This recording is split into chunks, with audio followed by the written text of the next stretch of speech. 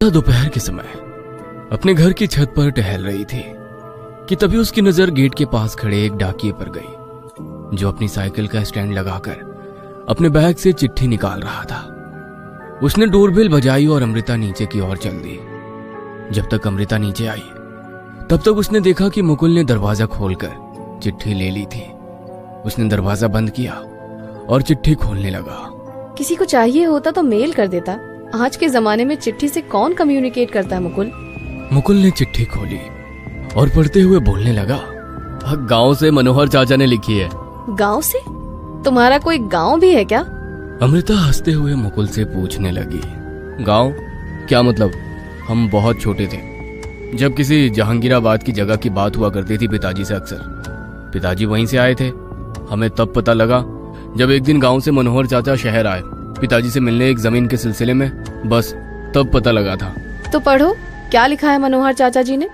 चिट्ठी में लिखा था कि उनके बेटे शंकर की शादी है और निमंत्रण सब परिवार का था। अमृता तुरंत बोल पड़ी कि उसे गांव देखना है। 2 दिन बाद वे लोग अपनी गाड़ी से जहांगीराबाद के लिए निकल पड़े। उन्हें गांव पहुंचते पहुंचते शाम हो गई थी। गांव की खुरदुरी सड़क पर गाड़ी हिचकोते खाते हुए चल रही थी।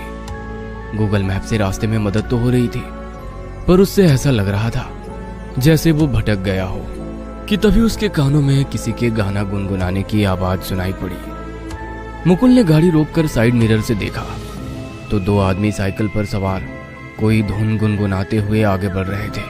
मुकुल ने उन्हें हाथ से रुकने का इशारा किया। क्या बात भैया जी? ये मनोहर चाचा का घर कहाँ है? आपको मालूम है कुछ? वही जिनके घर में शादी है ना?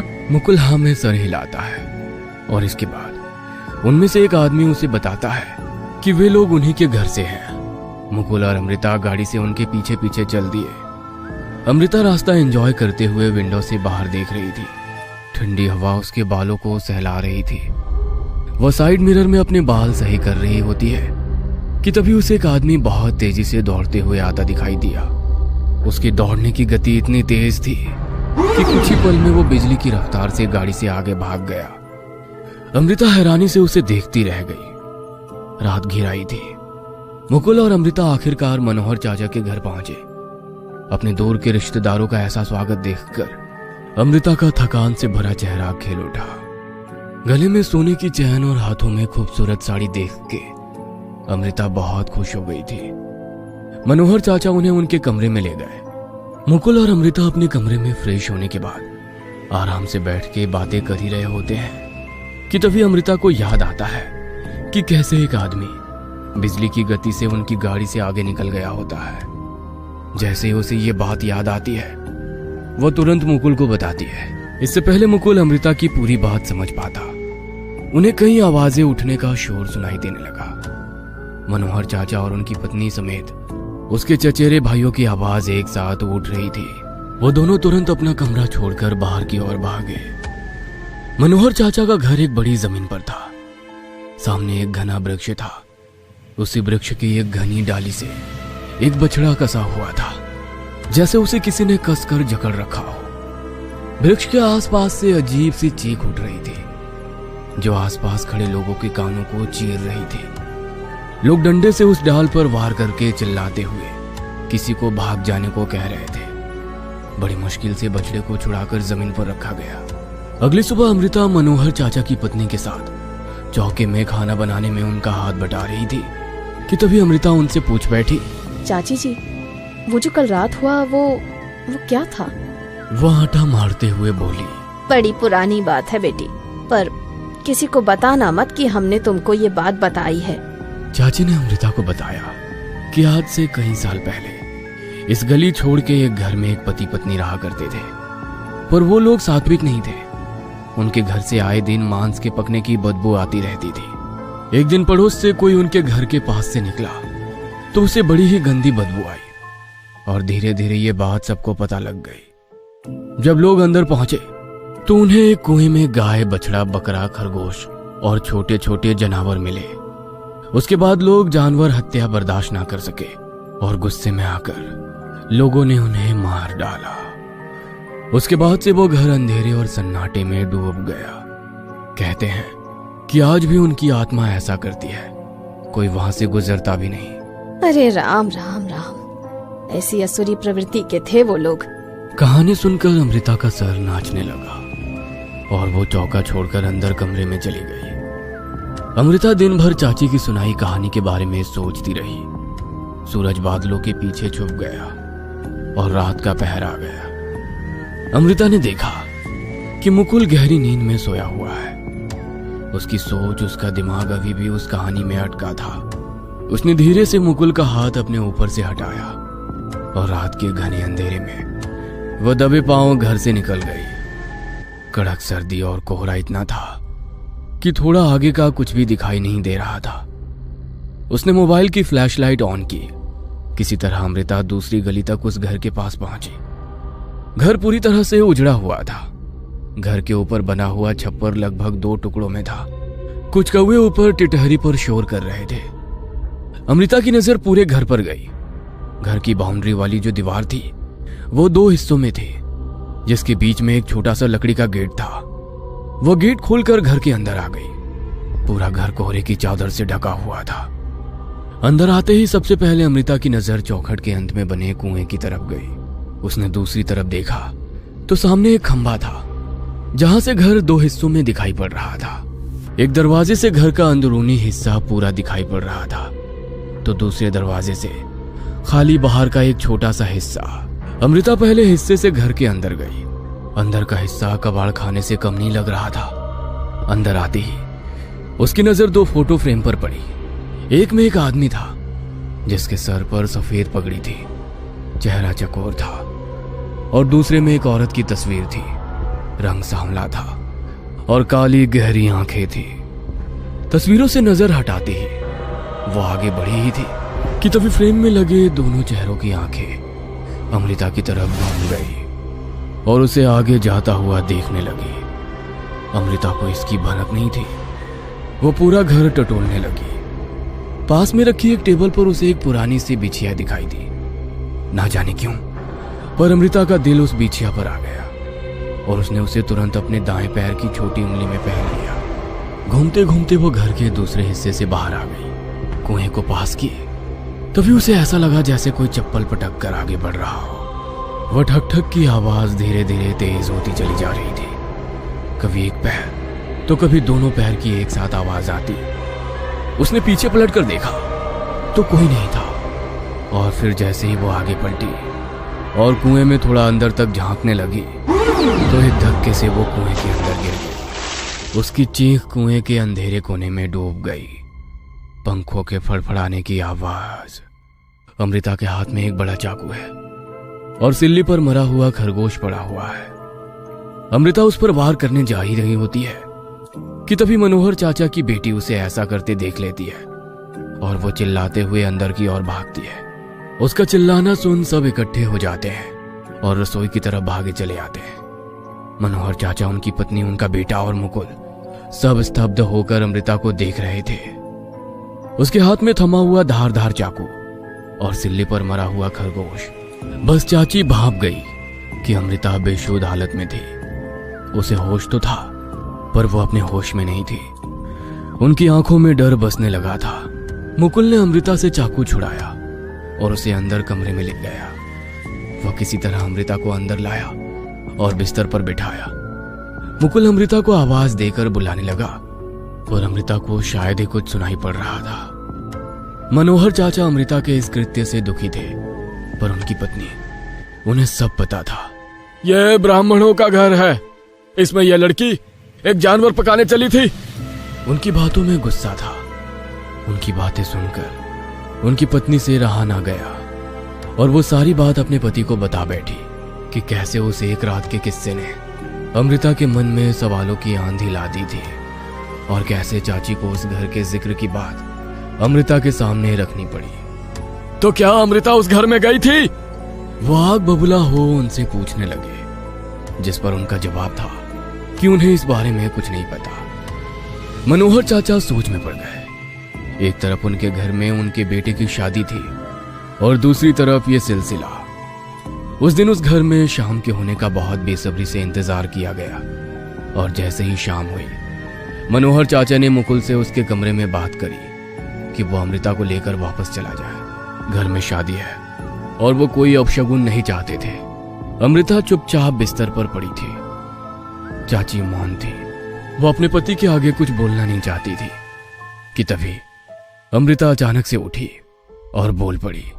उसकी आवाज में एक भारीपन था, जैसे उसका कंठ अचानक से भारी हो चला हो। आवाज में रगड़ थी। मुकुल पहचानता था कि वो उसकी बीवी नहीं थी। क्यों मनोहर, क्यों नहीं रह सकती मैं? अरे मुझे ना रख, पर ये लौंडिया को तो रखेगा ना? मैं तो इसके अंदर हूं ना। सबके कदम डर में पीछे हट गए। क्या गलती करी इस लौंडिया ने? यही ना कि ये कल रात मेरे घर चली आई और मैं इसके पीछे पीछे यहाँ तक चली आई। इतना बोलते ही वो गंदी तरह से हंसने लगी। लार उसके मुंह से गिरी तो उसने उसी को चाट लिया। जादू देखोगे तुम सब? जादू देखोगे एक? इसके बाद कमरे में तेज आंधी उठी और सबके सब कमरे से अपने आप बाहर खदेड़ दिए। कमरा अपने आप बंद हो गया। अंदर से हंसने की आवाजें आ रही थी। इस हादसे को कुछ दिन बीत गए, पर अमृता की हालत नहीं बदली थी। दिन भर उसके मुंह से मांस मांस बस यही शब्द निकलता रहता था। घर की शादी को कुछ दिन आगे बढ़ा दिया गया था। चाचा जी का इरादा भी बदल गया था, क्योंकि ऐसी हालत में वो मुकुल से नहीं कह सकते थे कि वो अमृता को लेकर वापस चला जाए। दिन भर अमृता का मांस मांस चिल्लाना और रात भर दरवाजे के अंदर से बड़बड़ करना बाकियों के दिलों में दहशत पैदा कर रहा था। काफी दिन हो गए थे, मुकुल ने अमृता को देखा नहीं था। इसलिए एक शाम वो सबसे बचकर अमृता को देखने के लिए घर के पीछे से होते हुए गया। बाहर लगी हुई खिड़की से उसने झांका तो उसकी आंखों में आंसू झलक आए। अमृता की हालत बहुत ज्यादा खराब थी। जहां से मुकुल ने उसे देखा, वहां से उसकी बीवी उसे दर्द में तड़पती हुई दिखी। जमीन पर लौटती हुई अपनी मुट्ठी को बार बार भींचती हुई, कभी कभार खुद को ही काट लेती और अपने ही खून का स्वाद लेती। मुकुल रो पड़ा। उससे अमृता की ऐसी हालत देखी नहीं जा रही थी। उसने अपने आंसू पोंछे और वहां से चला गया। मुकुल ने चाचा जी से बात करी कि वो अमृता को यहां से ले जाना चाहता है, जिस पर वो मुकुल को समझाते हुए कहने लगे, समझने की कोशिश करो बेटा, तुम्हारी बीवी की ऐसी हालत नहीं कि हम तुझे ये इजाजत दे दे कि तुम उसे यहाँ से ले जाओ। पर चाचा जी, वो मेरी बीवी है, प्यार करता हूँ मैं उसे, और ऐसी हालत में नहीं देख सकता। वापस शहर जाऊंगा तो किसी अच्छे हॉस्पिटल में इलाज हो जाएगा उसका। तुम्हें लगता है कि तुम्हारी बीवी ने अपनी उत्सुकता में आके जो हरकत करी है उसका इलाज किसी हॉस्पिटल या हकीम और वैद्य लोगों के पास होगा? अगर ऐसा होता तो अब तक तुम्हारी बीवी ठीक हो गई होती और इस घर में मेरे बेटे की शादी भी संपन्न हो गई होती। तभी चाची कमरे में आई। इसे भूत बाधा कहते हैं बेटा, और सच पूछो तो गलती मेरी है। मुझे अमृता को उस घर की कहानी नहीं बतानी चाहिए थी। अब ये सब हो रहा है। अब इसका काट भगवान ही जाने कब मिलेगा। हमें भी उसकी उतनी ही चिंता है जितनी तुम्हें है बेटा। मुकुल थोड़ा सोच में पड़ गया। कौन से घर की बात चाची कर रही थी? फिर मुकुल को पूरी बात पता चली और वो धीरे धीरे अमृता को लेकर और परेशान होने लगा। मुकुल को अब कोई बात बर्दाश्त नहीं हो पा रही थी। जिस अमृता को वो इतना प्यार करता था, आज उसी की ऐसी हालत देखकर वो मन ही मन उस बुरी आत्मा को कोस रहा था जिसने अमृता पर काबू पा लिया था। सोचते सोचते मुकुल घर से काफी दूर खेतों में निकल गया और एक तालाब किनारे बैठकर गहरी सोच में डूब गया। तालाब के ठंडे पानी से कोहरे की हल्की धुंध उठ रही थी और उसी के पास बैठे थे 4 आदमी जो आग जलाए थे। ठंड के इस मौसम में वो अपने शरीर को गर्म कर रहे थे। मुकुल अपनी जगह से उठकर चल दिया कि तभी उसे पीछे से किसी की आवाज आई जो उनमें से किसी एक ने लगाई थी। ओ भैया जी, सुनो तो जरा। मुकुल ने पीछे पलटकर देखा तो उन्हीं 4 आदमियों में से एक ने अपना हाथ ऊपर उठाकर उसे दोबारा आवाज लगाई, अरे इधर आओ, ओ भैया जी। मुकुल उनके पास आया तो उसने देखा कि चारों ने अपने बदन को गर्म शॉल से ढक रखा है। एक ने उसे बैठने का इशारा किया। अत्यंत दुखी, कौनो बात हुई है का? नहीं, ऐसी कोई बात नहीं। अरे वाकई परेशान लग रहा है। अब आप बता देते तो दिल हल्का हो जाता।